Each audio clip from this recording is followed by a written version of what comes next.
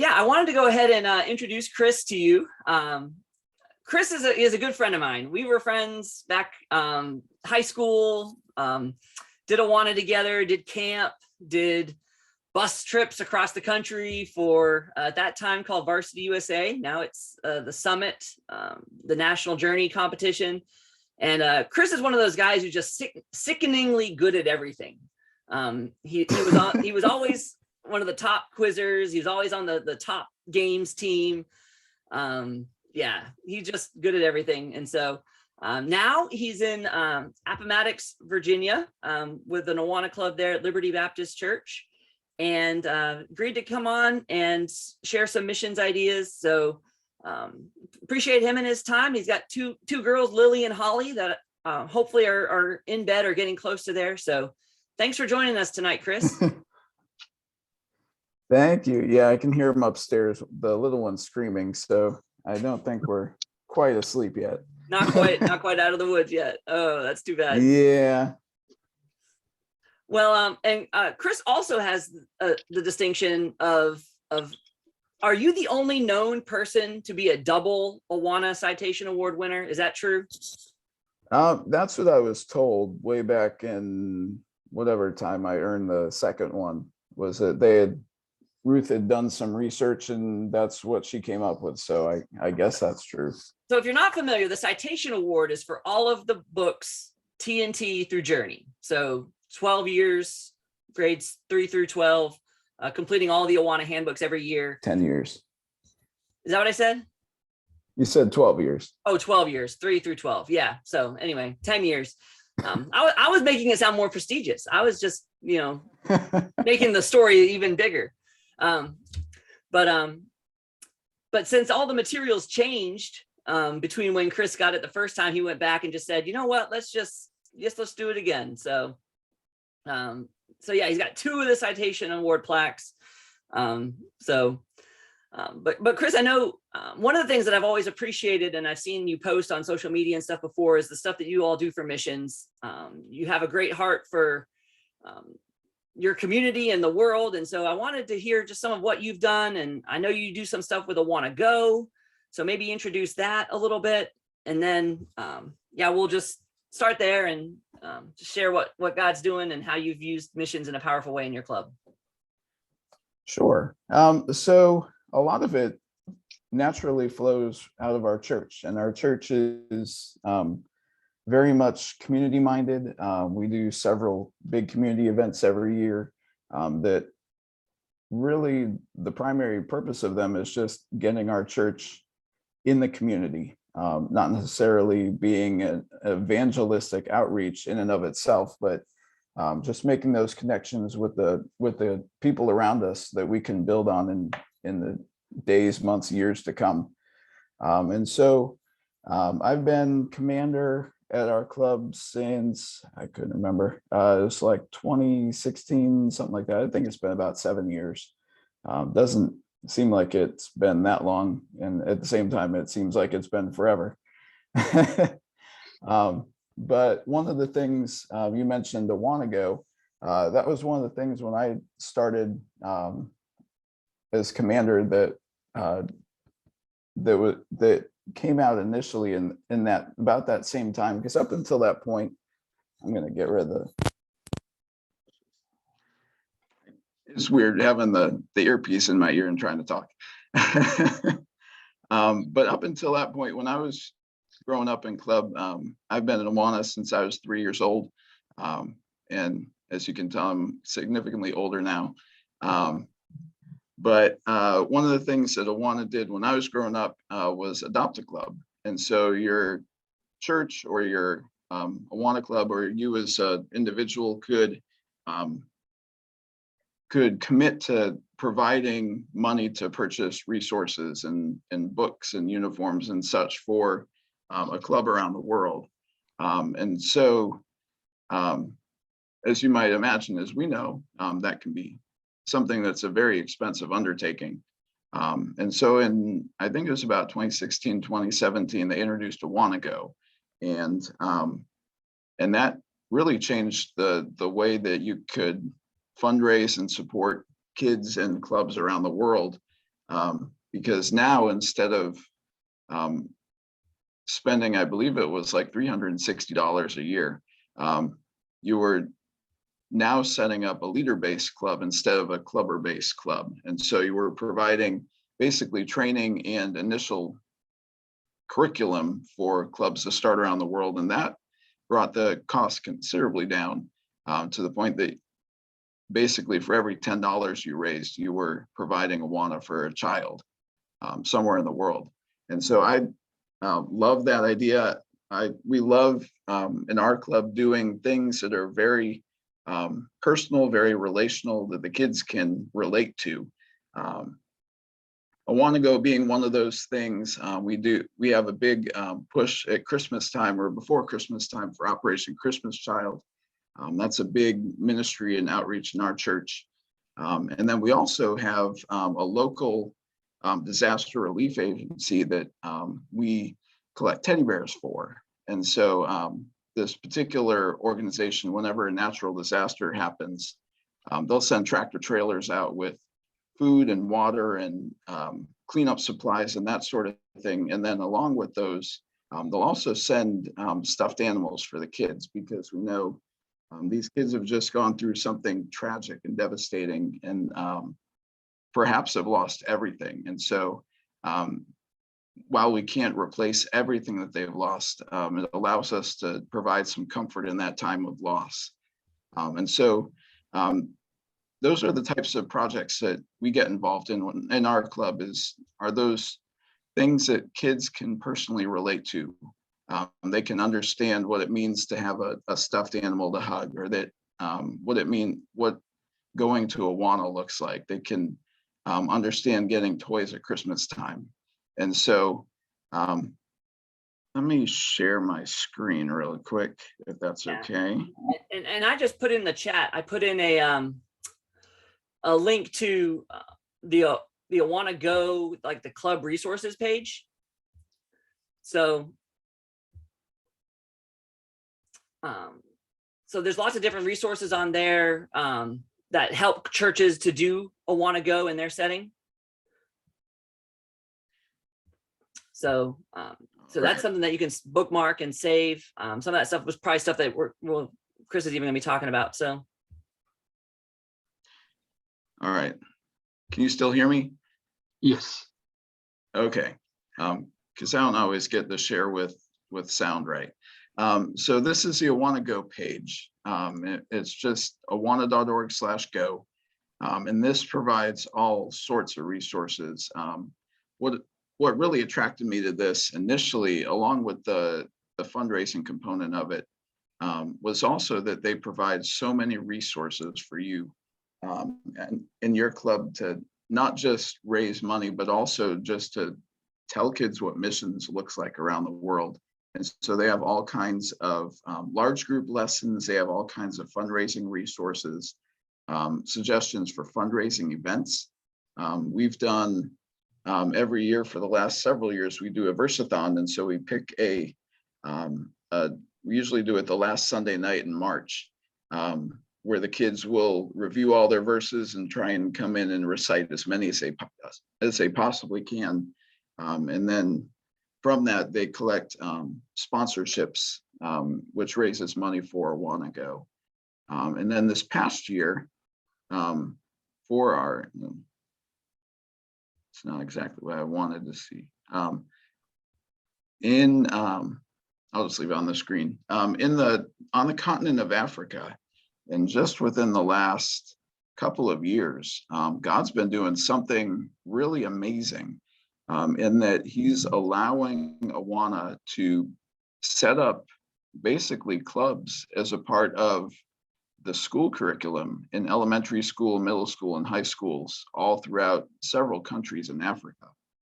And so, of course, part of that, the limiting factor in that is the fundraising component of it. And so I was hoping there would be something else here, but it's called the Africa School Project. And so basically what it is for $650, you can set up Awana in a school in Africa and reach They estimate anywhere from between 500 kids and 1,500 kids. I know as an Awana commander, if I could reach that many kids for $650, I do that in a heartbeat. So many times, let me stop sharing. I know within a calendar year, I probably have 3 or 4 orders that are more than that $650. So just the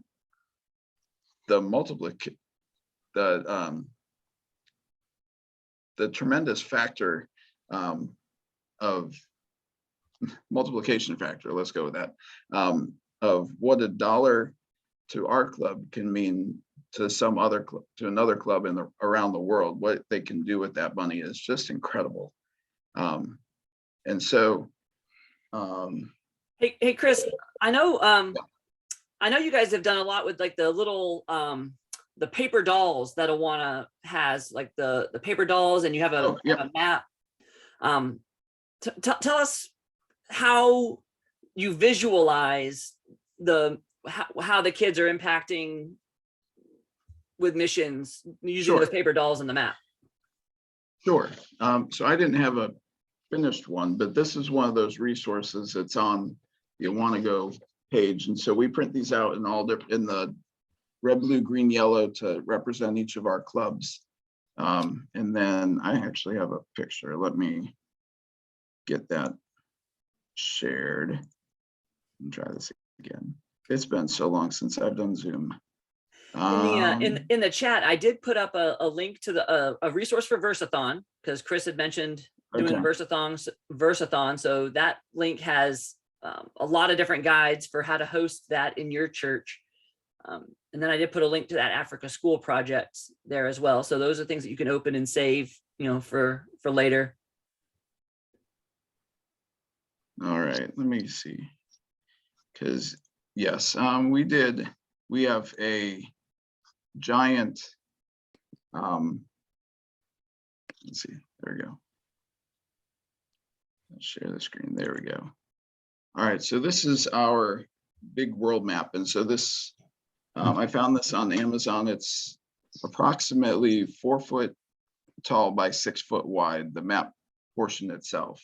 And so you see all these little paper dolls all over the place, and those represent the donations that our kids have brought in. This was 2 years ago, I believe. And so as kids bring in money, make those donations, they get to stick their paper doll on the map, and we get to see how much money is being raised visually, just as a point of reference. And it's really cool to go back to the beginning of each year and see, where were we on night 1? Where were we at halfway through the year? And then we get to the end of the year and the map is full.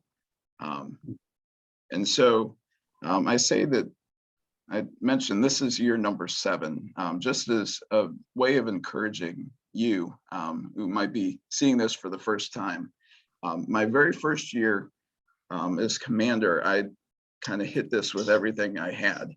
I thought this was really cool, and our kids ought to be raising money and all this sort of thing. And I was at the time T&T director as well. And so once a month, I do the Awana Go lessons so that we had it kind of at the forefront of the kids' minds. And at the end of the year, we had raised a grand total of $10. I had one T&T boy who wanted to make a donation, and he got the little Awana Go patches that they sell in the catalog. And that was it. I kind of have a moment of self-reflection as to, do we really want to keep doing this? I put my heart and soul into this, and I got one kid to say yes.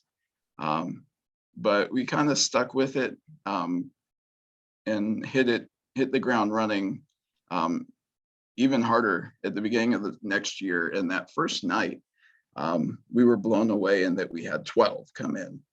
I think it was 12 or 13 on that first night, and about the same number came in that second night. And by the end of the year, we had raised, I believe it was about $2,300. And just those $10 increments.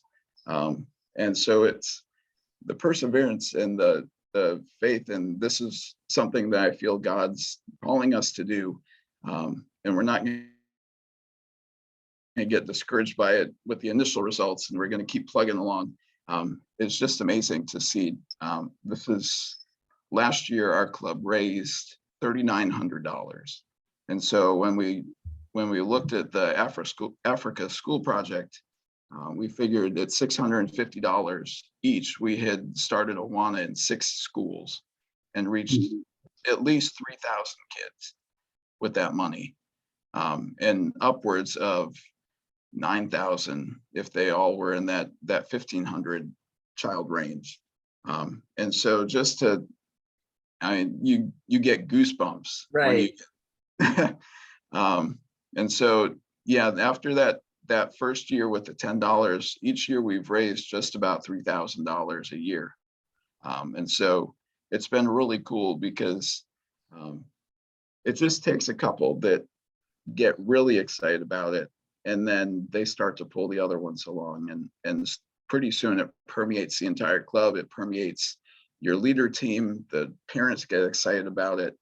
And So it's just been awesome.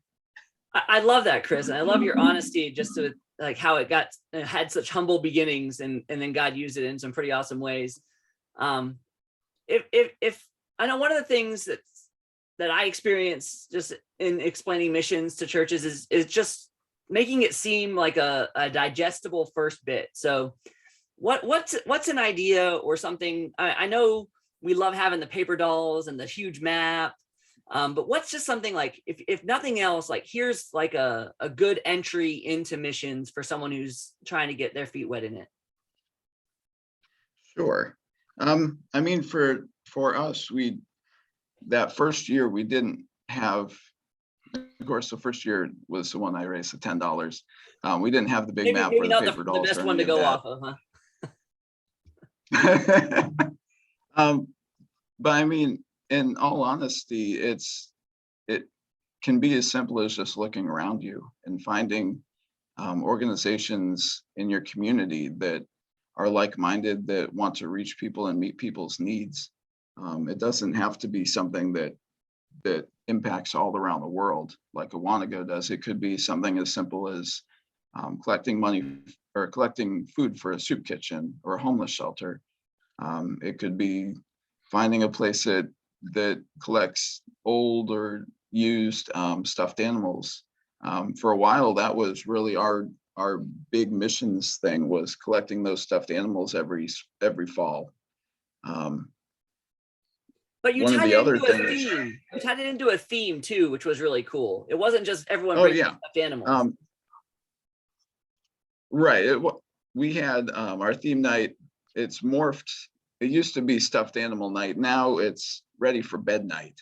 And so our kids and leaders come dressed in their pajamas, and they bring their favorite stuffed animal along with them. And then we invite them to also go and clean out those closets that are full of stuffed animals that all kids have.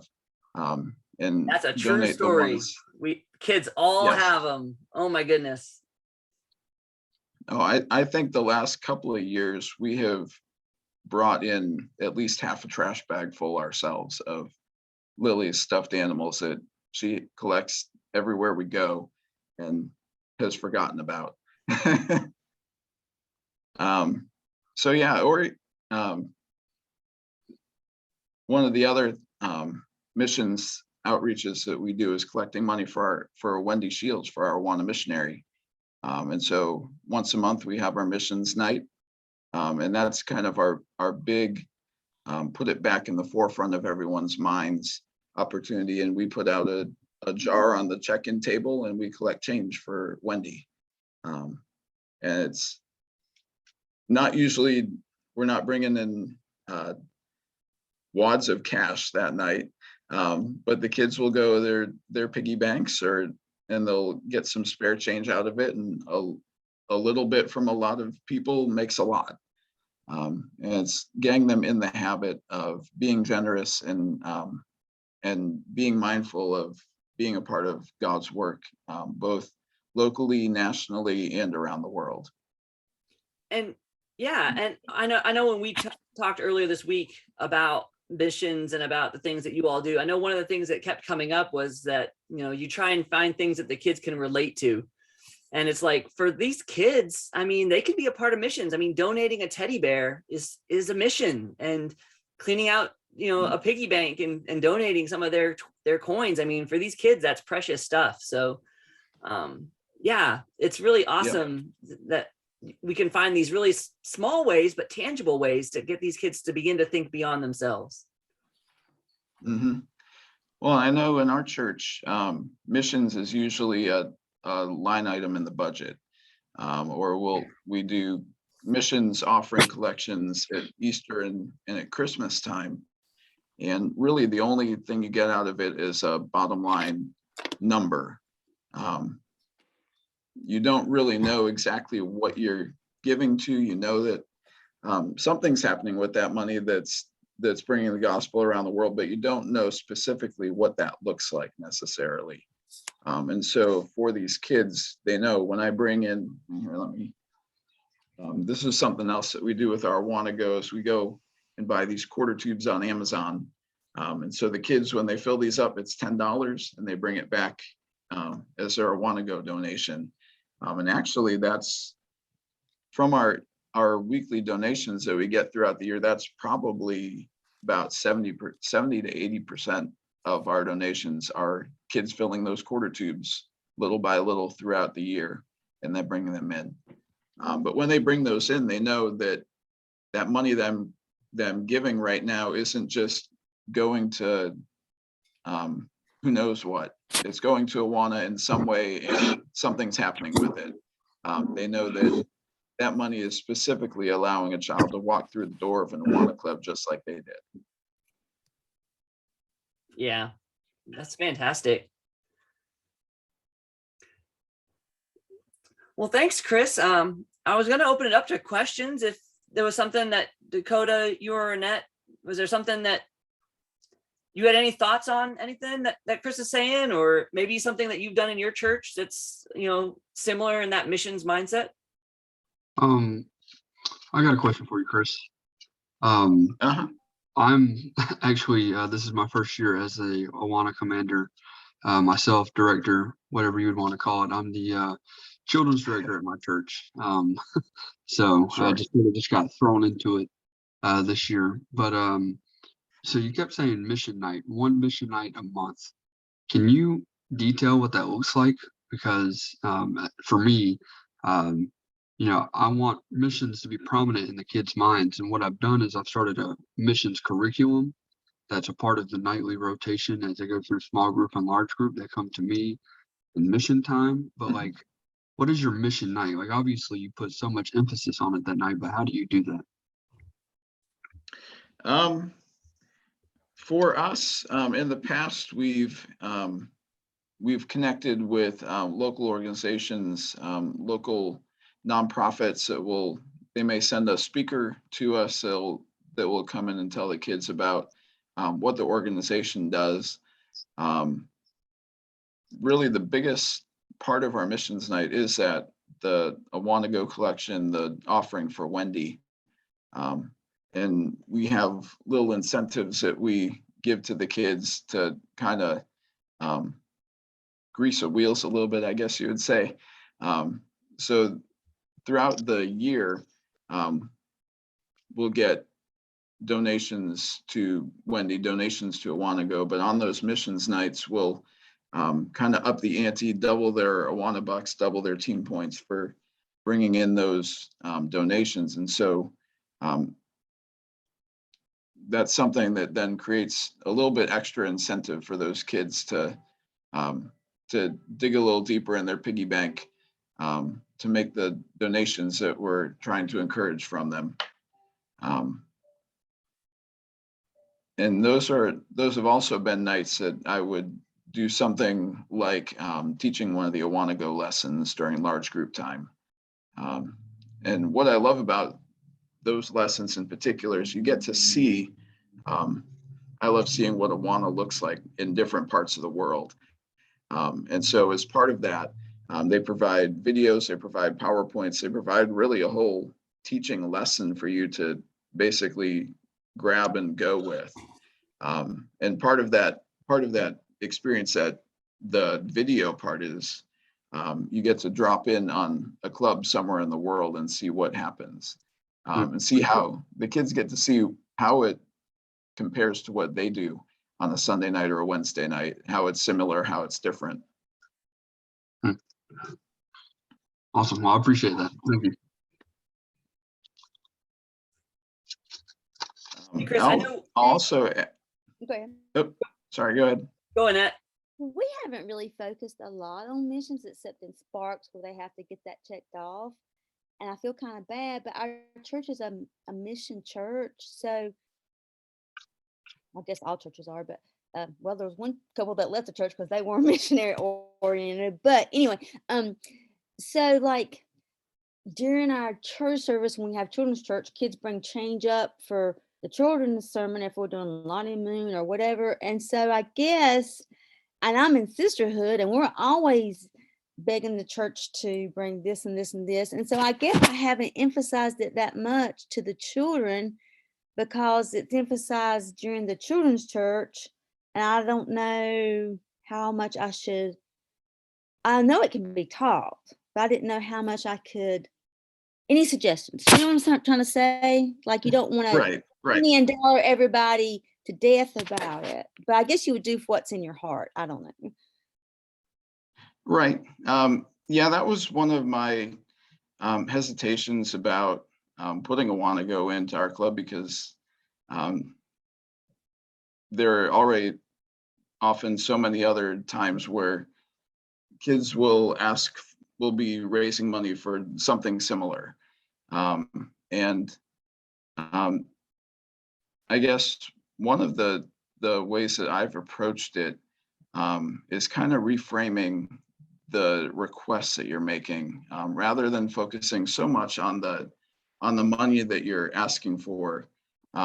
It's putting forward the intention and the vision behind it, making that the forefront. Is that like for Awana Go, we don't necessarily, how do I phrase this? When I present Awana Go to our kids, it's always what is taking place with the money that we're raising first, and then the ask comes. And so you're letting them know right off the bat what it is that we're trying to do. We're trying to make it possible for kids around the world to go to Awana just like you do. And so when you get them excited about the vision, I think that the fundraising part comes naturally from that. And even times it can just be as simple as, I don't know if it's going to work, but we're going to try it once and see what happens. That's kind of been the rule that I've lived by in the last 6 or 7 years. I've done so many crazy, outrageous things, and it's just been, well, I don't know if this is going to work, but we'll try it and see what happens. And so many times it's been an opportunity to watch God surprise us, especially when you get those times where I don't know if I can do this, but we're going to try it and then be shocked by the results by it. Yeah. And so, I think one of the other things that makes me a little less apprehensive is seeing how many other organizations are shameless and asking for money all the time. We have kids sports teams, we have the school systems, we have so many other places that if they need money, they're coming right out and asking for it. And we have an objective and a mission that's far greater than anything that those organizations have to offer. We're helping to bring the gospel all around the world. And that's something that even if you get to parents or congregation members who may have said, well, I've already given money to all these other places, when it comes down to it, you're presenting them with an opportunity to do even more for the kingdom of God. And so I would encourage you, there are people that might be looking for those opportunities, and maybe they're not aware of anything else that's going on that they could help out with. But when you put that opportunity in front of them, they're ready to jump on board with everything that they've got.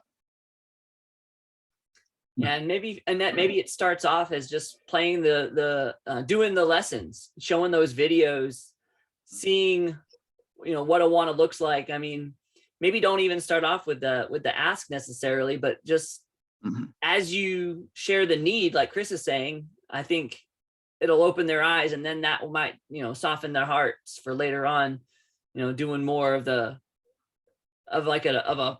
missions project or missions drive or something like that. I know a couple of the things that Awana has resources for are the Versathon and the Fun Run. And those are both really great activities for trying to get the church into something along with the Awana Club. It's a great partnership. So I have heard that some churches are a little weary of asking the church for money, as opposed, just because the church already gives some missions and stuff. But I love what Chris said about the opportunity that we have. And I mean, so much of it is, you're not making them give. The Holy Spirit's going to do the work, but we do have to make the ask to show that there's a need. So, well, and I'll add to that. One of the things that's different about Awana Go in particular is you're not necessarily asking for money for us. You're offering an opportunity for them to be a part of what God is doing somewhere in the world. And so that's different from like a community baseball team raising money for them to have uniforms, or some school class to go on a class trip where it's directly benefiting those kids. That money isn't going to them. It's not going in the pockets of the Awana administration. It's going straight to the missions field to bring the gospel to even more kids. And so we've seen, we do our Versathon, and by that point in the year, usually I'm feeling like we've kind of tapped everybody out for what they can do for this, because we've been pushing this for the last 7-8 months, raising money and having it at the forefront of their minds pretty much on a weekly basis. But then we hit Versathon, and all of a sudden the kids get to go out and get people involved outside of that normal group that is contributing. And Versathon is typically where we will raise 60-70% of the money each year that we raise for that year, because they get to reach out to people outside the church, people who might be on the other side of the country who don't have any involvement in what the church is doing locally, but because they've got a friend or they've got a family member doing this fundraising activity to spread the gospel, they want to get involved. Awesome. Were there any other questions for Chris or comments on the topic of missions?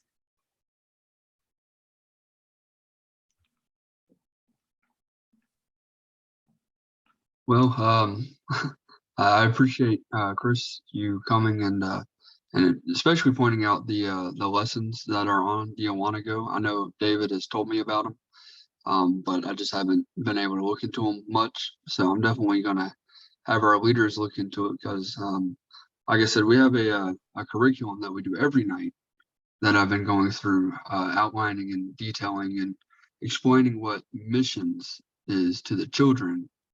But been struggling on getting to the point of what missions look like across the world. So definitely excited to look into Awana Go to help with that, especially the videos. And kids are such visual learners, so to actually see it instead of hear about it would be great. And anything you do towards missions, whether it's a ministry there that's local, that's affiliated with your church, or around the world, everything with missions is fruitful, and we know that it's useful for our children to see beyond themselves. So hopefully this is just another tool in the toolkit, and something that you can utilize at some point to bring the mission field into right into the classroom, right in there into your church. So I Yeah, did. and oh, Sorry, go ahead, sorry, I Chris. didn't mean to cut you off. David and I were talking on Monday when we kind of dry ran this thing, why is it important for missions to be a part of our kids programs?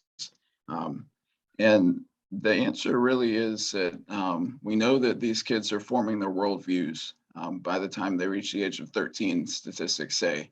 And that worldview, a lot of times we may think of it as what they think about the Bible, the way that they interpret what's going on around them, but it also involves the way that they interact with the world and what they view as being of highest priority to them, and the way that they interact with people around them. And so one of the reasons we are so adamant about getting them excited about missions is because before they reach that 13-year-old age, we want to create a habit and a desire for them to serve others, and whatever that might look like. And so that's why we love to have so many different avenues in our club, so they can see, what does missions look like right next door to me? Well, it looks like bringing in cans for the soup kitchen or for the food pantry. What does it look like regionally? Well, it can look like bringing in my stuffed animal and giving it to a disaster relief organization who's going to take it somewhere nearby. What does it look like internationally? Well, it's raising money for Awana Go so that Awana can spread to the farthest ends of the earth. And we know that when they build those habits young, it carries on all the way through adulthood. And so I encourage you, whatever that might look like, to put some component of missions into your club, into the curriculum, so that as they're forming their view of the world, they see what Jesus sees and not just what the world might want them to see. Boom. Mic drop. There it is. That was great, Chris. Awesome stuff. Well, I'm glad you talked over me there, because I was about to move on and change the topic. So that was perfect. I did want to share a couple screens, just a couple like current events, things going on within the Awana land, just to make sure you were aware of some stuff. So I'm just going to breeze through these, and then we can keep chatting and stuff as you or you could just head on out for the evening. That's totally fine too. I've shared this before, but just as a reminder, if you haven't already seen the new awards, this QR code will take you to a flip book of just the awards, and you can see the older styles that are still available while supplies last, and then the newer updated styles as well. So take a look at that. Make sure when you are getting your orders ready for your award season that you have what you need, and so make those orders nice and early, and check your boxes when they arrive. Make sure you get what you're expecting to get, so you don't have any surprises the night before, because those are not fun surprises. These are some national online recharge events. So these are like little mini conferences. There'll be a keynote speaker and some breakouts. So it's being offered at 4 different times, and you can register at events.awana.org. So we offer at different times to try and fit the schedules for different folks. So if you're interested in those, these are, again, national events. So you'll be in breakouts with people from California, Florida, all over the place. So encourage you to check those out as a good recharge for the winter season. We've also just recently announced the dates for the Child Discipleship Forum. Year 2 is scheduled for September 22nd, 23rd. We're back in Nashville. So the best price available is available now through March 31st. So you have the $149 in person, $99 for an online license.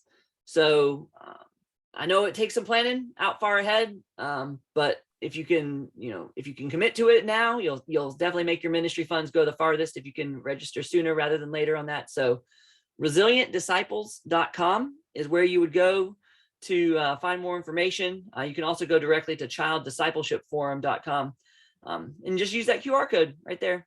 Make it nice and simple for you. But year 1 was great. Year 2, they've got another good group of speakers lined up. So looking forward to the discipleship forum. I had a link here. I know I shared it in the chat already, but just getting you all the information you need for the Africa School Project, because as Chris mentioned, there's no better bang for your buck.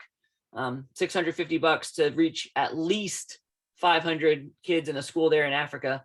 So if nothing else, it's a good prayer point. Just we could be praying for that region and praising God for this opportunity that's fallen right into Awana's lap for getting Awana into these public schools. So praise God for that opportunity.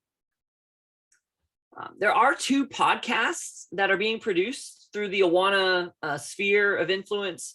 We have the Resilient Disciples podcast, and that's kind of a more broader look within child youth discipleship. And so I had the content there. It's usually, roughly half an hour. Some episodes go a little bit longer than that. But we've got, plenty different, they're on season 3 of producing that at this point. So there's lots of different content available for that. And then there's one podcast specifically for club helps. So there's an Awana Clubs podcast that's usually a little shorter and having some digestible pieces of information for you and your local ministry. So be aware of those wherever you find your podcasts. I know they're on Apple Podcasts, Spotify, Listen Notes. I'm sure there's other places that'll have them as well. So check those out. Just having that encouragement while you're doing your weightlifting, going out for a jog or brushing your teeth, whatever fits in your schedule best. That wasn't funny, Dakota. What are you talking about? I know I'm not lifting weights either, but that's just me. And then we do have our March hangout already planned. We're going to have a TNT conversation. So I know we always have a lot of questions about how to reach this TNT group. Is what I'm doing effective? I mean, how do I reach the kids that are getting no help at home, while also the kids that are, have good parental involvement? So I've got children's director Tracy Poplin coming on in March. So she does TNT and has flexed the TNT resources so that she can have all of her kids in TNT. Over COVID, she just adjusted the material really creatively. So we're going to have her with us and talk about TNT. So definitely a time that you want to reach out and share this link in March with your TNT folks so that they can come on and be encouraged and reaching these preteens, this age group that has its own sets of challenges and joys. But that's what we have planned there for this coming up in March. So thanks for the infomercial. There you go. I did have a question about the child discipleship